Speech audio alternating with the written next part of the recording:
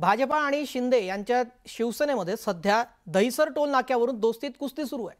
पालघर जिल्ह्यामध्ये तर स्वप्नात सुद्धा टोल होणार नाही असं गणेश नाईक म्हणाले। टोल नाक्याजवळील जकात नाक्याची जागा सुपी डोक्याच्या लोकांनी बिल्डरच्या घशात घालण्याचा आरोप नाईक यांनी केला।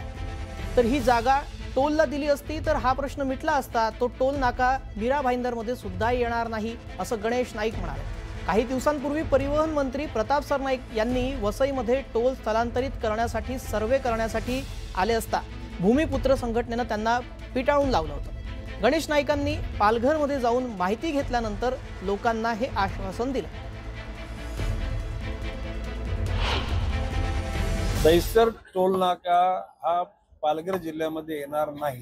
एक दुसरी गोष्ट अशी की दहिसर टोल नाका त्या परिसराच्या अलीकडे सुद्धा येणार नाही। पुढे कोणी काश्मीरच्या इकडे भागात आणण्याचा प्रयत्न केला तरी होणार, कारण तिथे जागाच नाहीये।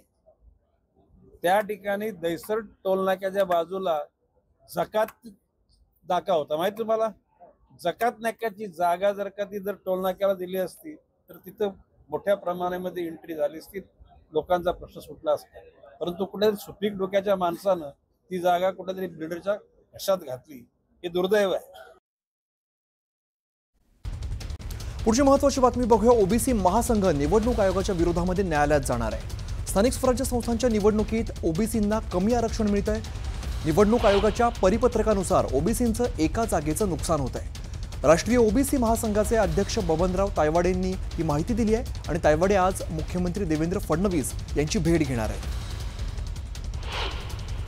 नागपूर महानगरपालिकेने ओबीसी प्रवर्गाला फक्त 40 जागा दिल्या, म्हणजे एका जागेचं नुकसान आहे।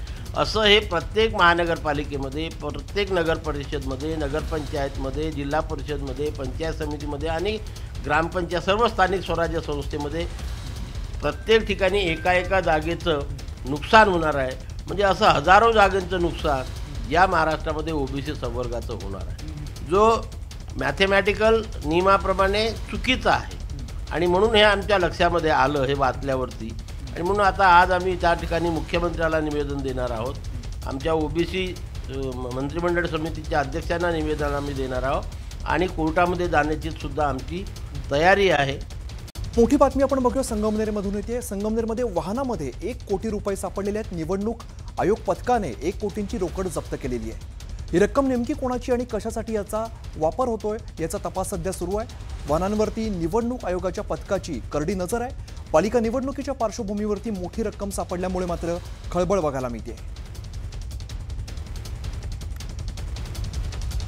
तर वाहनांवरती निवडणूक आयोगाच्या पथकाची करडी नजर आहे आणि या दरम्यानच एका वाहनामध्ये मोठी रक्कम सापडली, त्यामुळे खळबळ बघायला मिळते। संगमनेरमध्ये वाहनामध्ये 1 करोड रुपये सापडलेले आहेत। याचा वापर नेमका कशासाठी होत होता, कोण याची वाहतूक करत होतं, या सगळ्याचा तपास केला जातोय। मात्र मोठ्या प्रमाणात रक्कम सापडल्यामुळे या परिसरात खळबळ बघायला मिळते। संगमनेरमध्ये सगळा प्रकार घडलेला। निवडणूक आयोगाच्या पथकाला 1 कोटीची रोकड एका वाहनामध्ये सापडली। ही 1 कोटीची रक्कम सध्या जप्त करण्यात आली आहे। ही रक्कम कोणाची आणि कशासाठी याचा वापर होणार होता याचा सध्या तपास केला जातोय। अक्षरशः बॅग भरून या नोटांचं बंडल बघायला मिळत आहे। 1 करोड रुपये एका वाहनामध्ये सापडले। हे नेमके कोणाचे आहेत, कशासाठी त्याचा वापर केला जाणार होता याचा सध्या तपास केला जातोय। मात्र निवडणूक आयोगाच्या पथकाला एका वाहनामध्ये 1 करोड रुपये सापडलेले आहेत। ही रोकड जी आहे ती सध्या जप्त करण्यात आलेली आहे आणि याचा तपास केला जातोय।